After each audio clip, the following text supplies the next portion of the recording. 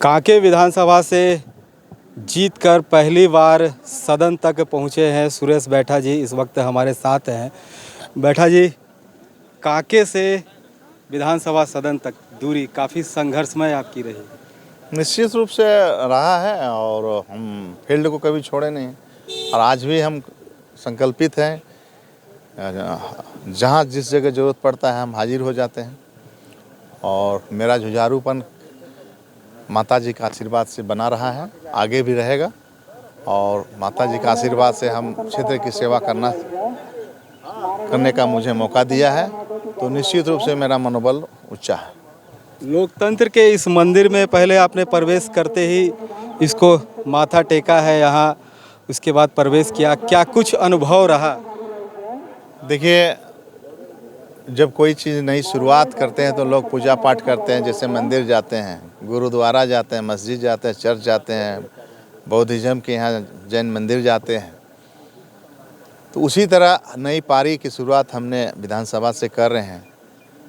तो संविधान ने जो प्रदत्त शक्तियाँ दी है, डॉक्टर भीमराव अम्बेडकर ने जो संविधान दिया है, उस संविधान की प्रति लेकर हमारे नेता राहुल गांधी जी पूरे हिंदुस्तान में अपनी बातों को रख रहे हैं कि जो शक्तियाँ संविधान में इस लोकतंत्र में लोगों को दिया है, उस शक्तियों का हनन हम कदापि नहीं होने देंगे।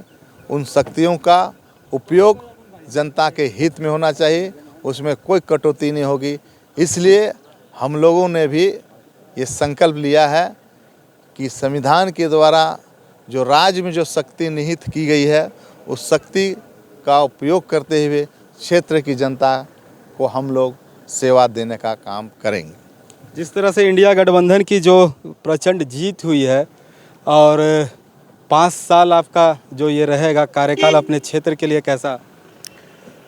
जो भी ये बातें हमने कहा है चुनाव के दरमियान, उस सारी बातों को हम क्षेत्र में अमली जमा पहनाने का काम करेंगे।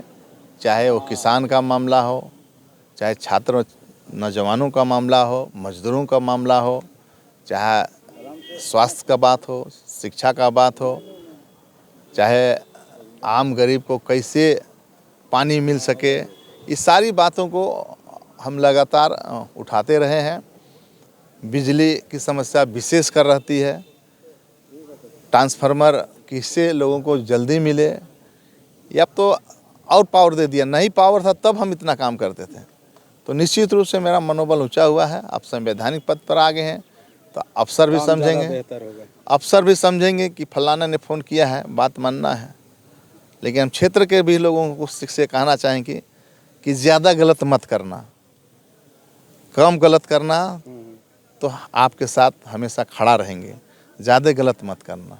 युवाओं की बात आपने कही, झारखंड में ज़्यादातर देखा जा रहा है कि युवाओं में जो पलायन का है वो समस्या रोजगार का है। अभी आउटसोर्सिंग वाला जो जितना भी, चाहे रिनपास हो, CIP है, हमारा बिरसा एग्रीकल्चर है, रिम्स है, BIT मेसरा है, लॉ कॉलेज है, सेंट्रल यूनिवर्सिटी है, बहुत बड़ा संस्था है। कहिए तो झारखंड का आधा विभाग है वहाँ पे, जिसको लोग नोच रहा है, खा रहा है। ठेकेदारी प्रथा हावी है, बाहर के लोग ठेकेदार बने हुए हैं, बाहर के एजेंसी टेंडर ले रहे हैं और हमारे लोगों का वहाँ झाड़ू पोछा लगवा रहे हैं। 4th ग्रेड में के नाम पर पैसा ऋण पास दे रही है, CIP दे रही है, टेंडर निकाल रही है।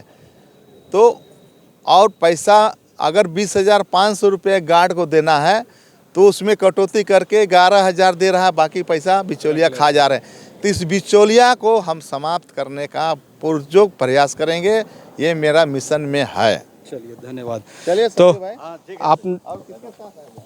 तो आपने सुना कि ये थे कांके विधायक सुरेश बैठा जी, जिन्होंने कहा कि सदन में अब हमारी जो पहली यह कदम रही, सदन में जैसे ही हम आएंगे और अब जब हमारे पास पावर है तो कहीं ना कहीं रोज़गार, युवा, महिला, इन तमाम लोगों को लेकर हम एकजुट योजना बनाएंगे और इनके हित के लिए कार्य करेंगे। रांची से स्ट्रीट वॉच के लिए जयंत कुमार।